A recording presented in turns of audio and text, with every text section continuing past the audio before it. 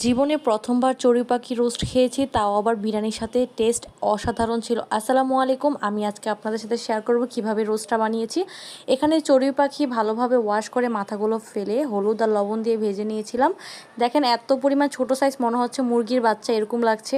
তেলের মধ্যে এগুলো হালকা হালকা করে ভেজে নেওয়ার জন্য কড়াইয়ের মধ্যে দিয়ে দেই। হালকা হালকা ভেজে নিচ্ছিলাম, অপর পাশ উল্টিয়ে দিচ্ছিলাম।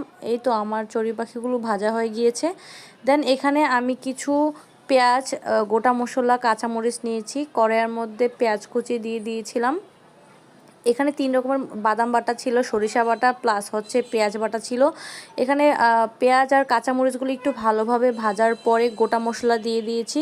দেন একসাথে কাঠবাদাম এবং কাজু বাদাম এবং হচ্ছে সরিষা বাটা, পেঁয়াজ বাটা একসাথে দিয়ে দিয়েছি।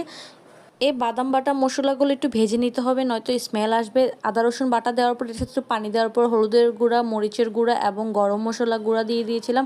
রোজ যেহেতু একটু হলুদ আর মরিচ কমই দেওয়া হয়েছে, যেহেতু একটু মিষ্টি মিষ্টি ফ্লেভার হবে। কালারটা দেখেন মাশাআল্লাহ অনেক সুন্দর হয়েছে। দেন এটার সাথে দুধ অ্যাড করে দিয়েছিলাম, দুধটা জাল দিয়ে দিয়েছিলাম। এখন চড়ুই পাখিগুলো এক এক করে এই ঝোলের মধ্যে দিয়ে দিয়েছি। এটা হালকা হালকা ঝোল ঝোল থাকবে, খেতেও অনেক মজাদার হয়। কিছুক্ষণ এটা ভালোভাবে রান্না করেছি যাতে মশলাটা একদম চড়ুই পাখির ভিতরে যায়। খেতে অসাধারণ হয়েছে এবং রান্নার কালারটা দেখেন মাশাআল্লাহ অনেক সুন্দর হয়েছে। আজকে এ পর্যন্তই, থ্যাংক ইউ।